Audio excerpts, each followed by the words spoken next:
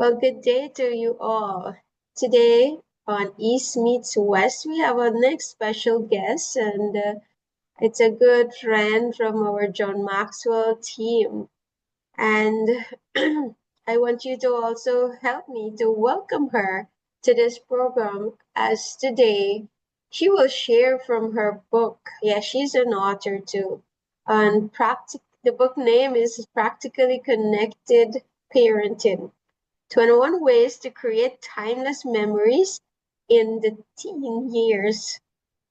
And I know this is so applicable to me, having three daughters. And well, the little one is 11. I consider her a teenager already, too. The others, 22 and 18, well, they're pretty much adults, but they're still at home. And I know I'm going to get a lot out of this, and I know you're going to get a lot out of it. So today we're going to talk about practically connected leadership at home. This whole program is about leadership and how do we lead ourselves. And so Coach Remi here today is going to talk about 7 challenges parents face and how I say how they can overcome, but I'll say how we can overcome them. Because I want to include me too in this. So a little bit about Coach Remi is that, full name is Coach Remi Ayodele, and she is a parenting coach. Okay, she's a youth mentor, a mom of 3 like me. Only thing she have a boy. And she's the founder of Next Generation Empowerment and the author of the book that I just shared with you. She's going to give us, as you can see on her screen, the book is there. We're going to get a link in our chat below. And for you to also get this book, I encourage you, especially if you're a parent, or maybe even you're not a parent, to read it so that you can get some ideas to when you become a parent. Or maybe you have teenagers you're dealing with. So she's a certified John Maxwell, a Maxwell leadership coach, a DISC human behavior consultant, and she equips parents and teens to bridge communication gaps, feel confident and in their leadership, and create lasting connections. With more than 20 years of experience and a unique background in engineering, it's interesting. Her background and what she brings to this forum. She's not only in engineering but in communication and leadership. She brings culturally informed, faith-rooted, and action-driven insight that resonates with families across all generations. So please welcome Coach Remi. She's talk about her book, and we talk about these challenges as parents that we are facing. But before she goes there, I want to ask you, she want to add a little bit more. I know it's very short bio about herself so that we get to know her a little bit more. Coach Remi, welcome to East Meets West. Oh, thank you. Thank you so much, Dr. Shanti. I think you've said it almost all, but my husband and I are blessed with 3 children, and like you, however, as we were talking before we went on the air, we have a 21-year-old daughter and an 18-year-old daughter, and then here comes our 12-year-old son. So we already mastered the 2 girls. Now we had to relearn how to parent a boy. So that's our journey, but they have been our joy. And like I told you, I just dropped my son off for the first day of middle school. So that was exciting, having those first day of school pictures and then jumping on here to discuss with you about how we parent better. So thank you so much for having me. Welcome, and thank you for giving us your time here today as we learn from you the things you would have learned that we can also apply here. So tell us a little bit about these challenges that you mentioned in your book. I know we can't cover it all, but we're going to talk about 7 of the challenges and how you can overcome those challenges as parents. Thank you so much, Dr. Shanti. So these challenges are wrapped around an acronym that I call CONNECT, because essentially the challenge we as parents have is connecting with our teenagers, because once they hit adolescence, they have a mind of their own. They're on a journey to discover themselves. They have questions about identity. Who am I? Where do I belong? What value can I bring to my community? So they are trying to form that sense of identity for themselves apart from us. So that is where that disconnection begins to happen because wait a minute, one day you like me, the other day you're like, no. So this is where we want to not allow that disconnection to happen. So my 21 ways to practically connect with your teenagers and build timeless memories is solving those 7 problems. So each of those activities you can use to address the problem. So the connect problem based on the acronym C stands for communication gap. They have a different teenage language than we do. So that communication gap is one thing we want to bridge. O stands for overloaded with screen.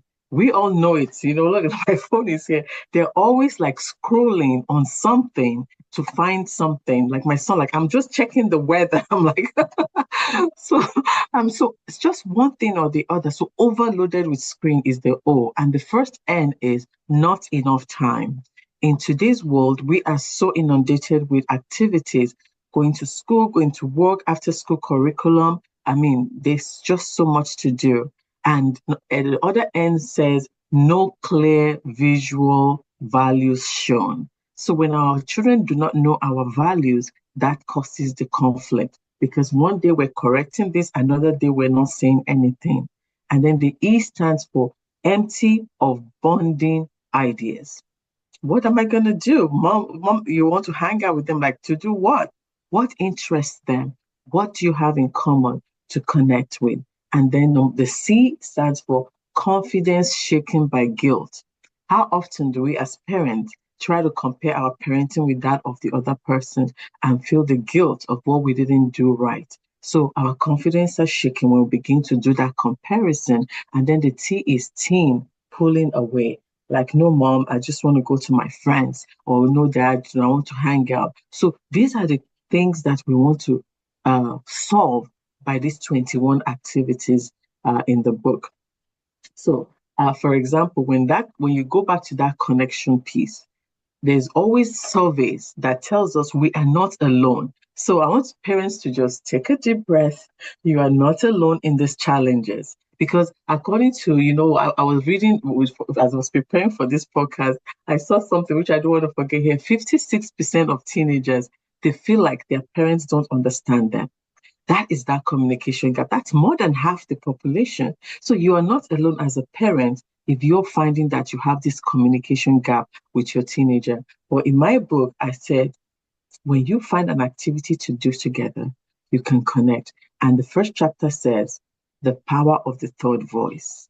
Because often that disconnection happens when you're trying to either give an advice, correct them on something, and they feel like you're muffling them. But when you find a third voice, a podcast like Dr. Shanti's podcast, you find a podcast or a book you can read, an expert says it. So it's no longer the parent that just said it. An expert is saying what you want to say. For example, just about a month ago, my daughter finished high school. So in preparing her for college, we traveled 2 hours away, just checked ourselves in a hotel. I bought a book on dating. So she has a copy, I have a copy. So she's reading her chapter and underlining what stands out to her. I'm underlining what stands out to me. And then we meet to discuss it. So we're free from distraction at home. We're just focusing on this. So now I'm employing the power of that third voice in that book to share the values about the right way to date with my own daughter. So she won't say, oh, mom, that's mom's era. This is an expert that has practiced 30 years. So that is where you can build that communication gap. So it's not always mom and dad versus the teenager. A third voice is helping you reinforce your values. And like Dr. Shanti, that's where she brings third voices to her platform to help us reinforce the change we need to see as leaders, leading our families or leading our community in the country of Guyana. So what came to my mind, Coach Remi?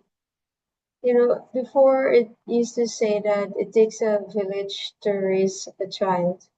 And I'm thinking how the world, evolved and how does that now become applicable. And what you said there just, popped this in my head. Before we didn't had maybe a lot of people didn't used to read. Well, obviously we didn't had internet and all these different things, the podcasts and access to so many other voices. But we had in the village, in your Yes. street. So from my country, people, if you were on the road and you're not supposed to be there, the neighbors or the village people will scold you, tell you to get off the road, get into your house or get to school, or you should not be here. And like, but now our kids too, they're not so much open to hearing like the people here to Mm. telling them they would resent stuff like that. But what you're saying, I'm thinking, this is beyond. Now is to find the right voice that is going to speak into them. And so through the books, reading, they're going to get something out, as you said. So it's like the village got expanded to a world vision Mm. village instead of just your little community that, they may not like one another now. Yes, very true. Uh, very true because my children, they always like say, Mom, I was my son. Let me just give you back my situation because I'm relearning raising teenagers now as my son. So yesterday he was supposed to finish some math problems, Kumon, practice math. And he said, No, I don't feel like doing it. And he was just going up and down the house. So I was listening to John Maxwell. So I said, Come, come, come. So I rewinded and I played it for him. I said, John Maxwell said, attitude is the difference maker. When you have all things being equal, if you have someone with a good attitude and another person with a bad attitude, who are you going to employ? The person with a good attitude. So I said, son, your attitude matters in getting your work done. So that's the third voice we're talking about. As whether it's book, a podcast, Instagram message, something that just pulls their attention for that 1 minute. We have passed our message. So we're bridging the communication gap. And that takes us to the overloaded screen. So yes, you can see how I use my own screen to help him bridge that communication gap. So even though screen is overloaded, we have to see how we harness it. And so instead of telling them always get off the phone, get off the internet, get off your computer, we can now use the opportunity. In my book, one of the things I recommend is watch a show together, something that will pass on the lesson you want to pass on to them, and then discuss it so that they're not just consuming content, you're helping them navigate it. So overloaded screen can be solved by us engaging. Another activity in the book is use it to learn a new skill. So, like cooking, my son wanted to make a sandwich. He said egg Benedict. So he was scrolling and finding the recipe and whipping this thing up in the kitchen. So that is helping them to see it as a tool because technology is not the enemy. It's a tool when it is harnessed and used for growth purposes. So that is why when you practice these activities, because research shows that teenagers will spend more than 8.5 hours on their screen. But instead of you being the police, always telling them to stop, you can begin to rechannel it as a tool for them to advance themselves. Yeah. 11-year-old, I find that max at their age, they do certain things different from how I would have learned. And Mm-hmm. so I said to her, instead of you be on your phone playing some roadblock or something in neighbor, I'm not familiar with their games. Why don't you just go pull up a YouTube video that will teach you how to solve this problem that you're having here right now? Because I am not getting it. But you get someone else can teach you. So what you're saying is correct. How they maybe channeling it where they get to learn something that they need to learn. Yes, very true.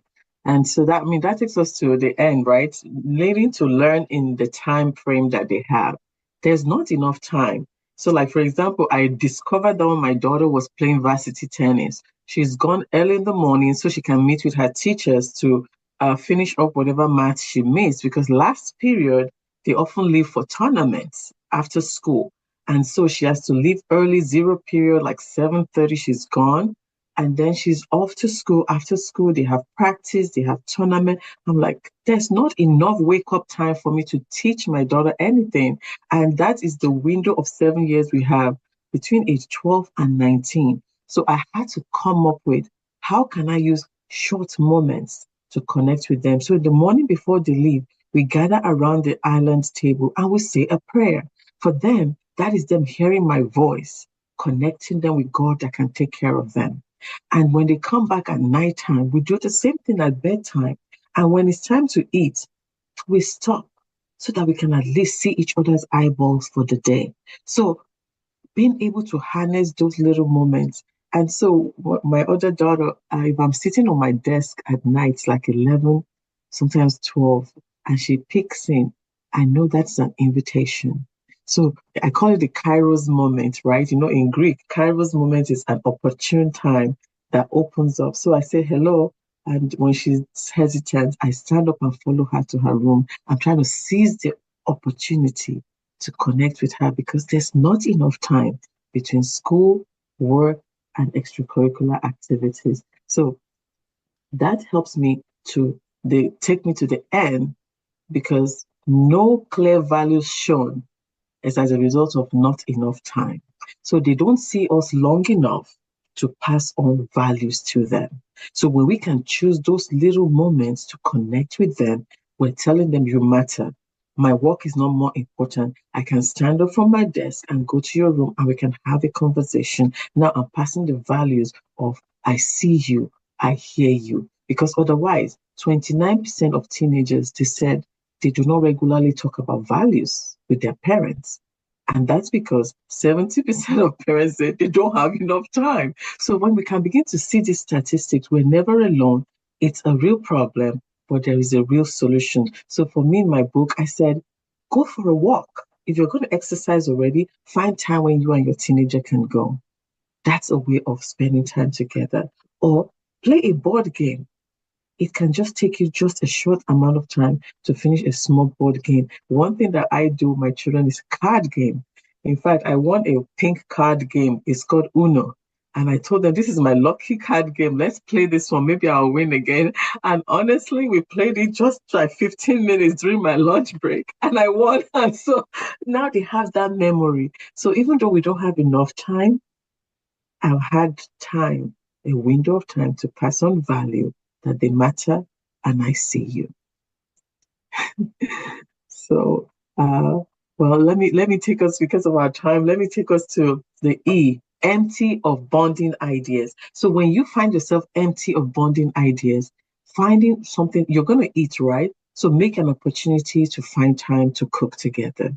So, like I told you this morning, my son preparing his school lunch, he wanted burrito. So he was shaving the cheese. My daughter was cutting the chicken for him, and I was getting the refried beans and stuff for together, cooking together, and we were just talking as we were doing all that. That's a window of opportunity. So if you're empty of bonding ideas, cooking is one thing you can do together. And my daughter, because she likes to take a walk in the morning, I wake up and schedule myself to go for a walk with her. That is another bonding idea. So you cannot be empty of bonding ideas anymore because 60% of parents struggle to find a meaningful way to bond. But I've just shared with you at least two out of the 21 from my book. And C is the confidence shaken by guilt. We don't have to be guilty, and we want a regret-free parenting. So what we want to do is find opportunities so we don't have to think there's no way to rewind the teenage years.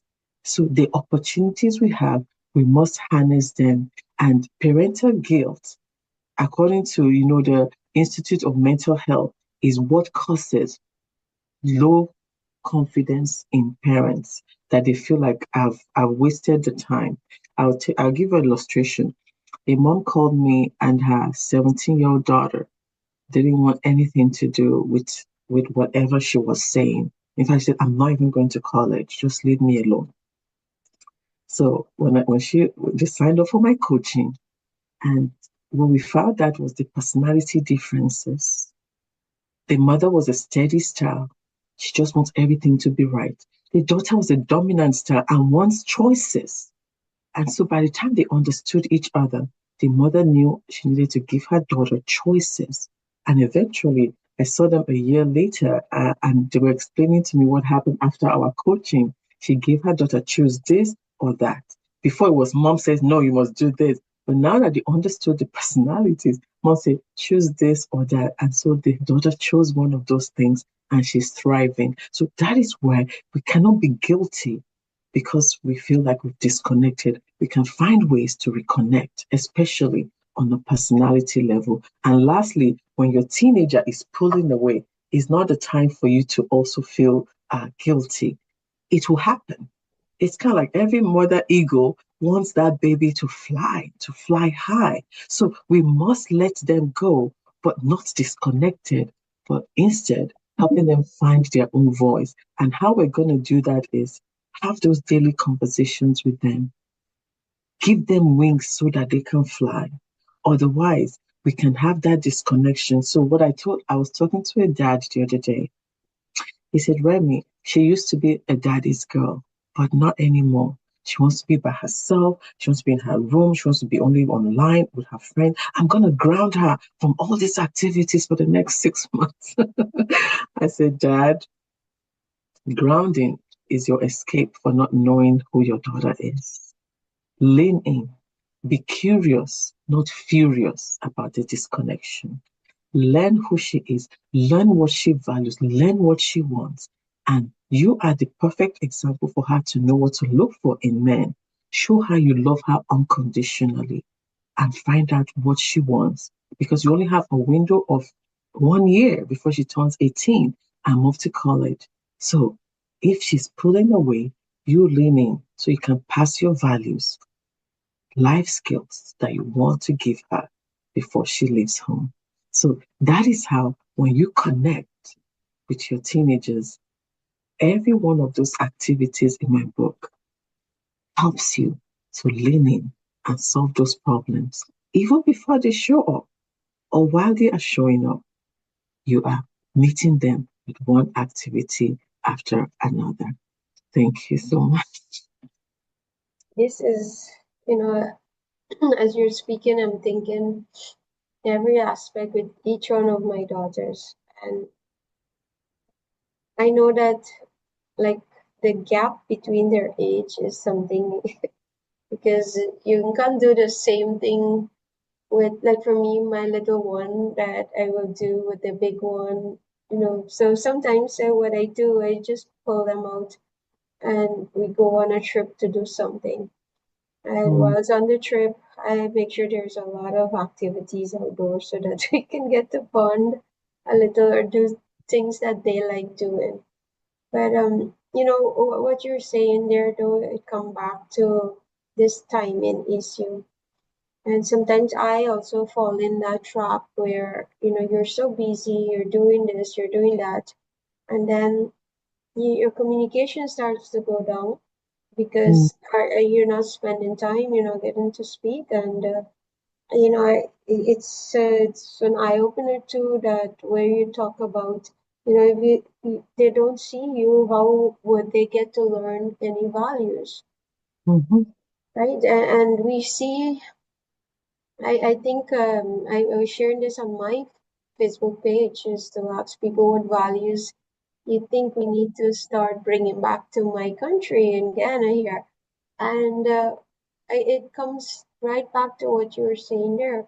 How did the values got, you know, broken in the first place or distorted? What went wrong somewhere along the line?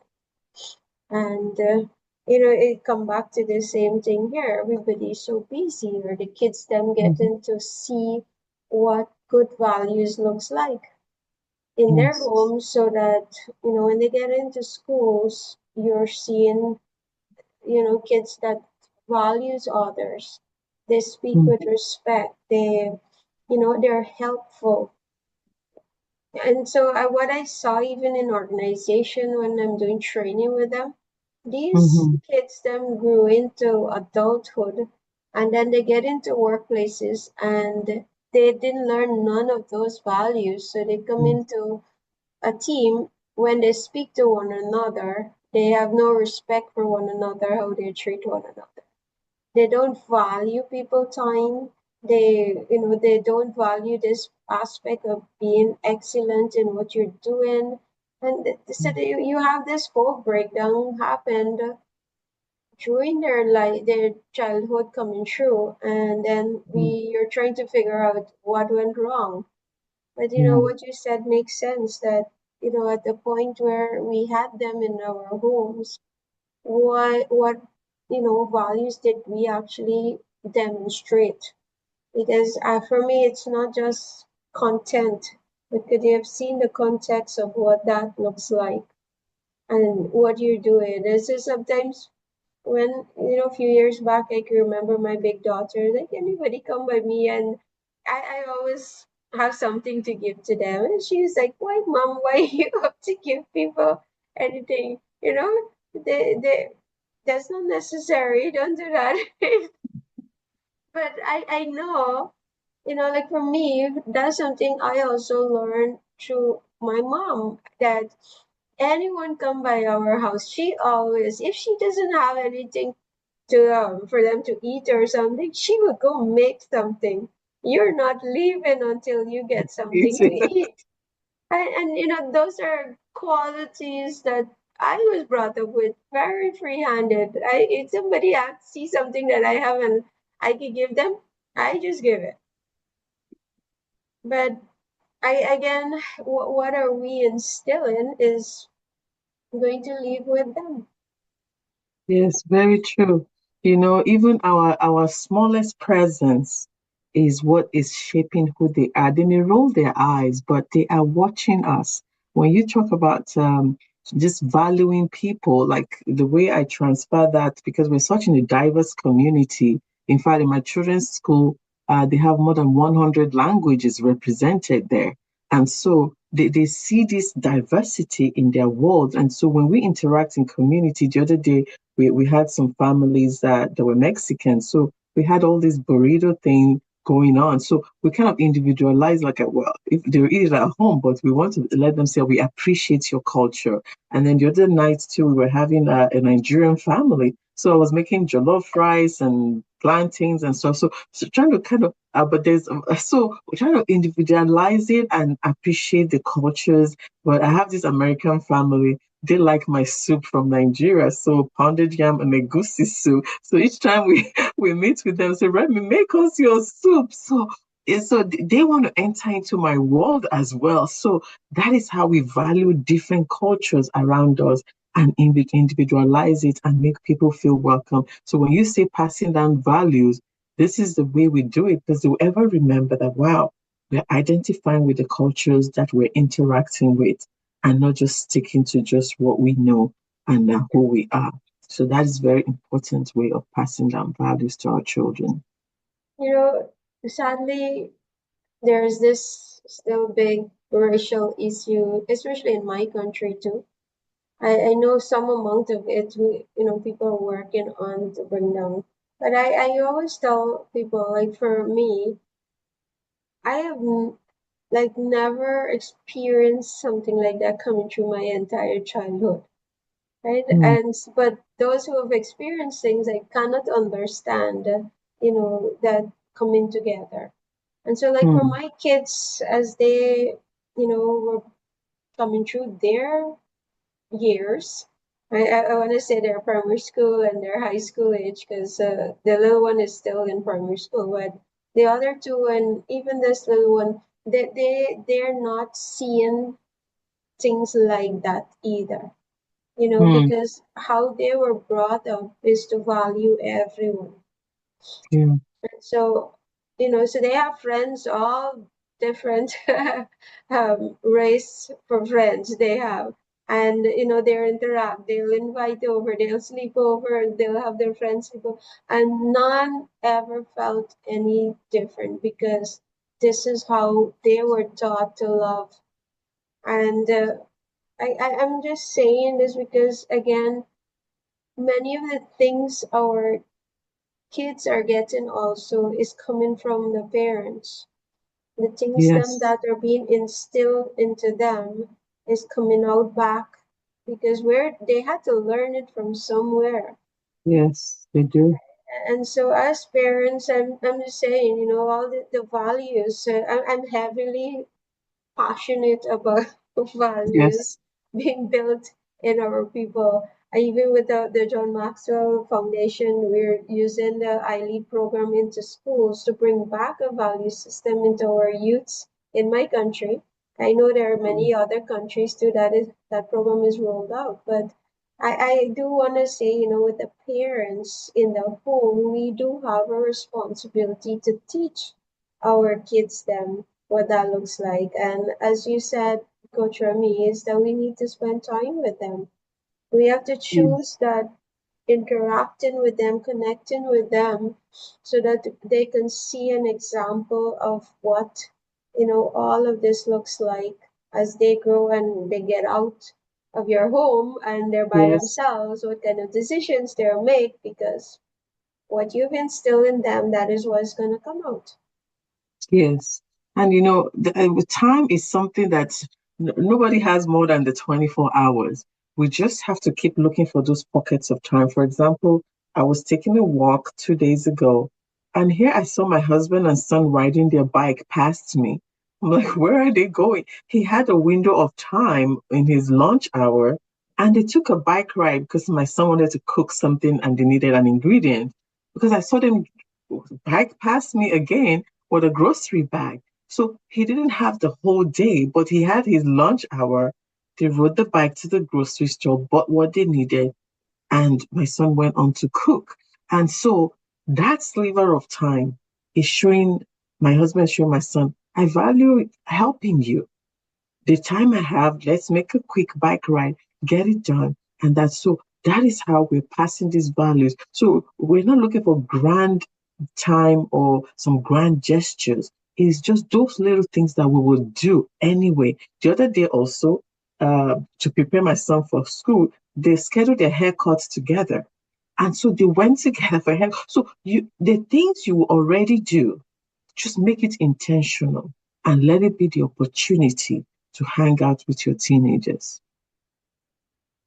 That is a message to all of us, including me too. Yeah, invest time, the returns will come after. You know, I used to sometimes share about one of my daughters. I struggle so much connecting with her. And like what you said, you know, they want options. They want to know that, you know, they can make decisions too. And so many times we were in so many arguments, and you know, it really took some time for I back off, and then things started to get better.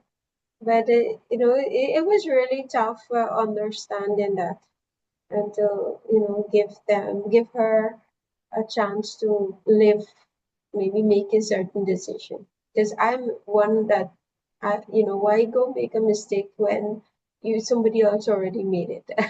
You can learn from them, right?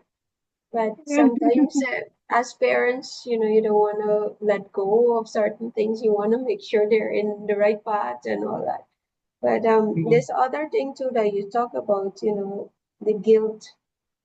I found myself many times, and sometimes people also, and when I say people, those people are your families too, right? The family members will actually say, "Oh, you're this and you're doing this. Look at this other person, what they're doing with their kids or what they're doing." And then it makes you start thinking and feeling guilty that, you know, you're not doing enough, or you're supposed to be doing that. And you know, that whole aspect of it also can make you feel terrible as a parent.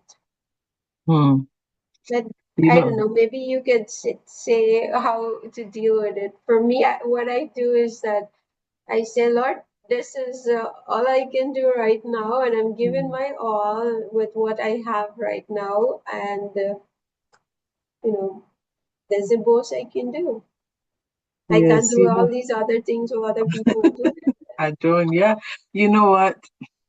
It goes back to understanding that one, you're not alone. So, how we overcome this guilt based on all these statistics that I've shared with us, we are not alone in the struggle. So that already should give us that comfort. But also, until you hear what's going on the other side, and this is not to tell on somebody, but there's this family I've known for more than a decade, and you see, they're always happy, they're going about their things, doing stuff. So I was at a meeting just this week, and the mom was sitting beside me, and we're hearing, okay, I was just asking about her children because we have children the same age, the first two. And so she was telling me the challenges that she was having with these two children who are now young adults. And so from outside, you see everybody smiling, but because she trusts me, she will share and she knows what I do as a parenting coach. She watches me online and things like that. So she's shared with me the struggles that she's having. And literally for 15 minutes, I was talking to her from my book and saying that these activities will help you do this, will help you. So we just were talking heart to heart as moms. So that guilt, when you see what others are doing, don't assume that it's all golden until you get close to them and they're confident with are comfortable with you, and they'll tell you the struggles they are going through as well. So that is one way also. But the other way is don't wait until you have regrets. What we have shared with to so okay, mom told me something. She said, Remi, you're telling us to do all these things with our children. Do you know that they have a mind of their own and they may not turn out the way we want? I said, that's true. You want them to have a mind of their own. But the truth is that when they hit rock bottom, everything you have taught them is stored out somewhere in their heart. They will begin to reflect and they'll be pulling out the tools that you have given them. That is the way to regret free your parenting. That you did, like what you said, Dr. Shanti, you did everything in your own ability that you knew to do. So when they're not turning out the way you want or they're misbehaving, you're not on a guilt trip because, oh, I taught them how to do that. I taught them how to do that. So your prayer is that they will remember and they will start using the tools that you have given to them. That is how to be guilt free. Thank you so much.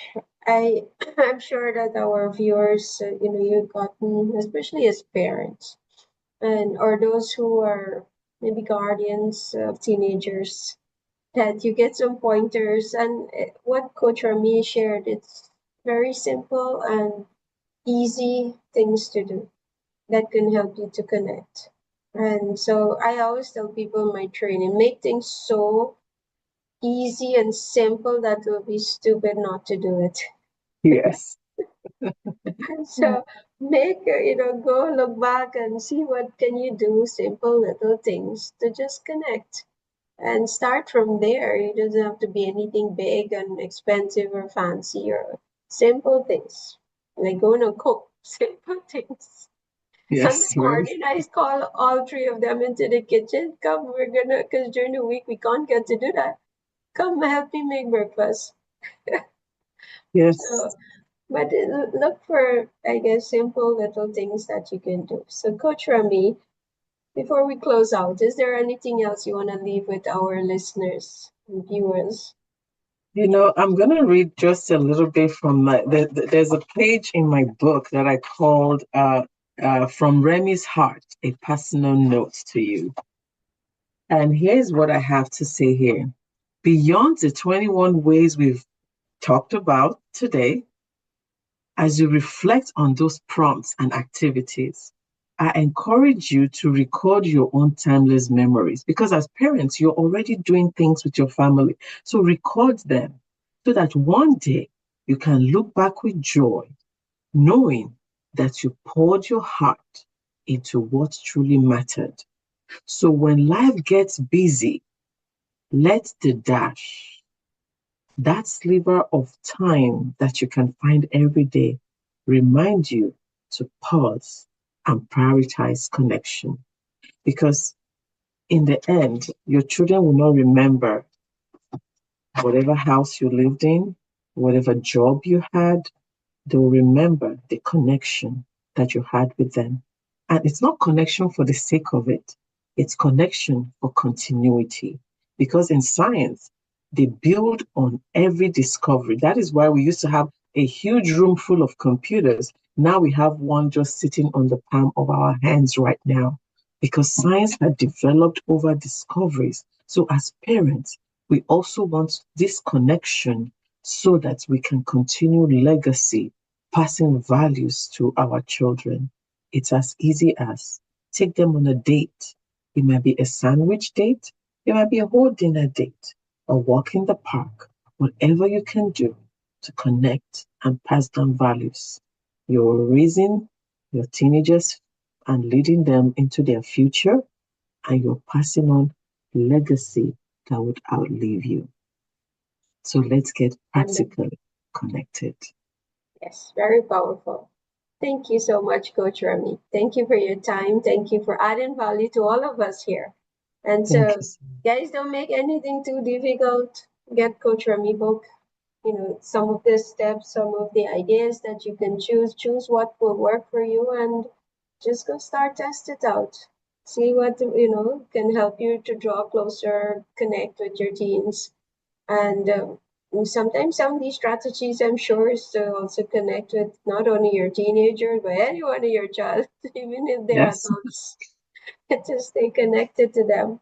So, Coach Rami, thank you so much for being on the program, East Meets West. We do encourage our viewers to connect where we can put a link for Coach Rami's book that you can go and order it and go through it, share it also with others.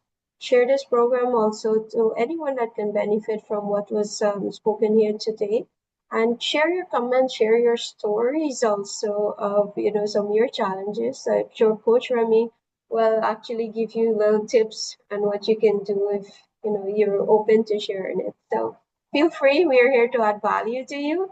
And thank you again for being part of the program. Thank you to those who are listening, and do share. Coach Remy, Yes. all the best. Thank you so much for having me, Dr. Shanti.